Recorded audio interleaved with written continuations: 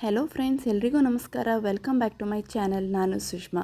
ಇವತ್ತಿನ ರೆಸಿಪಿ ಚಪಾತಿ ಪೂರಿ ಜೊತೆಗೆ ಒಳ್ಳೆ ಕಾಂಬಿನೇಷನ್ ಆಗಿರೋ ಚೆನ್ನ ಮಸಾಲ ಮಾಡ್ತಾಯಿದ್ದೀನಿ. ಇದು ರಾತ್ರಿ ನೆನೆ ಹಾಕಿರುವಂಥ ಕಾಬೂಲ್ ಕಡಲೆ.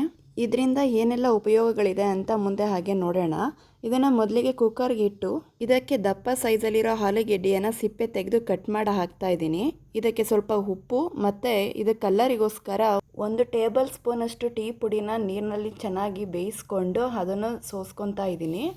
ಇದನ್ನು ಕಲರಿಗೋಸ್ಕರ ಅಷ್ಟೇ ಹಾಕ್ಕೊಳ್ಳೋದು, ಬೇಡ ಅಂದರೆ ಸ್ಕಿಪ್ ಮಾಡ್ಬೋದು. ಈಗ ಇದನ್ನು ಕ್ಲೋಸ್ ಮಾಡಿಕೊಂಡು 6ರಿಂದ 7 ವಿಷಲ್ ಕೂಗಿಸ್ಕೊತಾ ಇದ್ದೀನಿ.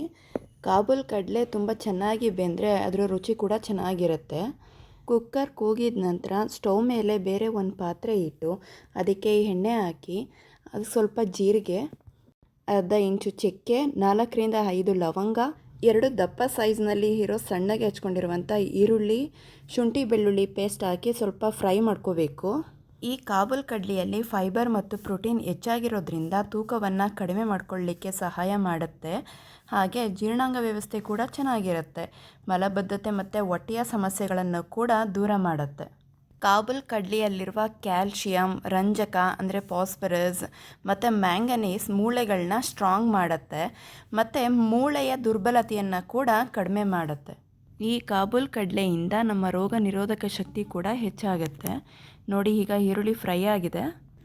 ಇದಕ್ಕೆ 2 ಸ್ಪೂನ್ ಹಚ್ಕಾರದ ಪುಡಿ, 1 ಸ್ಪೂನು ಧನಿಯಾ ಪುಡಿ, 1 spoon garam masala, 1 spoon chat masala, ಹಾಗೆ 1/4 ಸ್ಪೂನು ಜೀರಿಗೆ ಮೆಂತ್ಯದ ಪುಡಿ, ಇದನ್ನೆಲ್ಲನೂ ಹಾಕಿ ಚೆನ್ನಾಗಿ ಮಿಕ್ಸ್ ಮಾಡ್ಕೋಬೇಕು. ಈ ಜೀರಿಗೆ ಮೆಂತ್ಯದ ಪುಡಿನ ನಾನು ಮನೇಲೇ ಮಾಡಿ ಇಟ್ಕೊಂಡಿರೋದು. ಇದು ಆರೋಗ್ಯಕ್ಕೆ ತುಂಬ ಒಳ್ಳೆಯದು ಅಂತ. ಈ ಪುಡಿನ ಆಲ್ಮೋಸ್ಟ್ ನಾನು ಎಲ್ಲ ತಿಂಡಿಗಳಿಗೂ ಹಾಕ್ತೀನಿ, ಹಾಗೆ ಇದಕ್ಕೂ ಕೂಡ ಹಾಕ್ತಿದ್ದೀನಿ. ಈ ಮಸಾಲೆಗಳನ್ನು ಈರುಳ್ಳಿಯಲ್ಲಿ 1 ನಿಮಿಷ ಚೆನ್ನಾಗಿ ಫ್ರೈ ಮಾಡಿದ ನಂತರ 2 ದಪ್ಪಗಿರೋ ಟೊಮೊಟೊನ ರುಬ್ಕೊಂಡು ಇಟ್ಕೊಂಡಿದ್ದೆ, ಅದನ್ನು ಹಾಕ್ತಾಯಿದ್ದೀನಿ. ಇದಕ್ಕೆ ಸ್ವಲ್ಪ ನೀರು ಹಾಕಿ ಟೊಮ್ಯಾಟೊ ಹಸಿ ಸ್ಮೆಲ್ ಹೋಗೋ ತನಕ ಚೆನ್ನಾಗಿ ಕುದಿಸ್ಕೋಬೇಕು.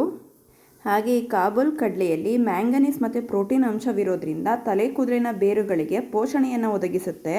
ಹಾಗೆ ಕೂದಲು ಉದುರೋದನ್ನು ಕಡಿಮೆ ಮಾಡುತ್ತೆ. ಹಾಗೆ ಇದರಲ್ಲಿ ಪೊಟ್ಯಾಷಿಯಂ, ವಿಟಮಿನ್ ಸಿ ಮತ್ತು ಫೈಬರ್ ಇರೋದ್ರಿಂದ ನಮ್ಮ ಹೃದಯದ ಆರೋಗ್ಯ ಕೂಡ ಉತ್ತಮವಾಗಿರುತ್ತೆ.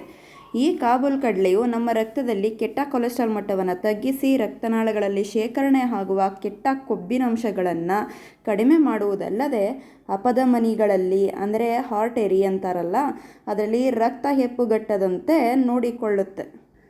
ನೋಡಿ, ಈಗ ಈ ಕಾಬೂಲ್ ಕಡಲೆ ವಿಷಲ್ ಬಿಟ್ಟಿದೆ. ಕಾಬೂಲ್ ಕಡಲೆ ಕೂಡ ತುಂಬ ಚೆನ್ನಾಗಿ ಬೆಂದಿದೆ. ಅದರಲ್ಲಿರುವಂಥ ಆಲೂಗೆಡ್ಡೆಯನ್ನು ಅಲ್ಲೇ ಚೆನ್ನಾಗಿ ಸ್ಮ್ಯಾಶ್ ಮಾಡ್ಕೋಬೇಕು.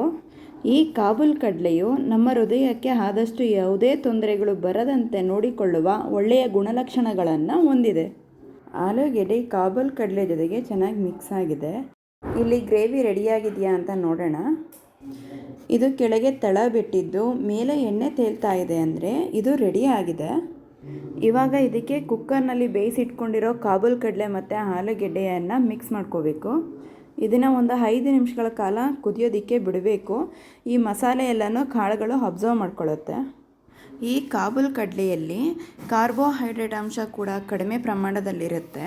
ಹೀಗಾಗಿ ರಕ್ತದಲ್ಲಿ ಸಕ್ಕರೆ ಪ್ರಮಾಣ ದಿಢೀರನೇ ಏರಿಕೆಯಾಗದಂತೆ ತಡೆದು ಮಧುಮೇಹ ಕೈ ಮೀರಿ ಹೋಗದಂತೆ ನೋಡಿಕೊಳ್ಳುತ್ತೆ. ಹೀಗಾಗಿ ಮಧುಮೇಹ ಇರುವವರು ತಮ್ಮ ಆಹಾರ ಕ್ರಮದಲ್ಲಿ ಕಾಬೂಲ್ ಕಡಲೆಯನ್ನು ಸೇರಿಸ್ಕೊಳ್ಬೋದು. ಇದರಿಂದ ದೇಹದಲ್ಲಿ ಅಧಿಕಗೊಂಡಿರುವ ಸಕ್ಕರೆ ಪ್ರಮಾಣವನ್ನು ಸಂಪೂರ್ಣವಾಗಿ ನಿಯಂತ್ರಣಕ್ಕೆ ತಂದುಕೊಳ್ಳಲು ಈ ಕಾಬೂಲ್ ಕಡಲೆ ಸಹಾಯಕವಾಗಿರುತ್ತೆ. ಇಲ್ಲಿ ಗ್ರೇವಿ ಚೆನ್ನಾಗಿ ಬೆಂದಿದೆ. ಇದಕ್ಕೆ ಒಗ್ಗರಣೆಗೆ ಒಂದು ಪಾತ್ರೆ ಇಟ್ಟು 1 ಸ್ಪೂನ್ ತುಪ್ಪ, ಕಟ್ ಮಾಡಿ ಇಟ್ಕೊಂಡಿರುವಂಥ ಅರ್ಧ ಇಂಚು ಶುಂಠಿ, 2ರಿಂದ 3 ಹಸಿಮೆಣಸಿನ್ಕಾಯಿ, 1/4 ಸ್ಪೂನ್ ಅಚ್ಕಾರದ ಪುಡಿ ಹಾಕಿ ಸ್ವಲ್ಪ ಫ್ರೈ ಮಾಡಿ ಗ್ರೇವಿಗೆ ಹಾಕೋಬೇಕು. ಈ ಥರ ಒಗ್ಗರಣೆ ಹಾಕೋದ್ರಿಂದ ಗ್ರೇವಿ ಘಮ ಘಮ ಅಂತಿರುತ್ತೆ. ಹಾಗೆ ಅದರ ಟೇಸ್ಟ್ ಕೂಡ ಚೆನ್ನಾಗಿರುತ್ತೆ. ಫೈನಲಿ ಈ ಗ್ರೇವಿ ರೆಡಿಯಾಗಿದೆ. ನೋಡಿದ್ರಲ್ಲ ಫ್ರೆಂಡ್ಸ್, ಈ ವಿಡಿಯೋದಲ್ಲಿರೋ ಇನ್ಫಾರ್ಮೇಷನ್ ನಿಮಗೆ ಇಷ್ಟ ಆಗಿದರೆ ಒಂದು ಲೈಕ್ ಕೊಡಿ, ಸಬ್ಸ್ಕ್ರೈಬ್ ಮಾಡಿ, ಪಕ್ಕದಲ್ಲಿ ಇರುವಂಥ ಬೆಲ್ ಬಟನ್ ಮೇಲೆ ಕ್ಲಿಕ್ ಮಾಡಿ. Thank you for watching.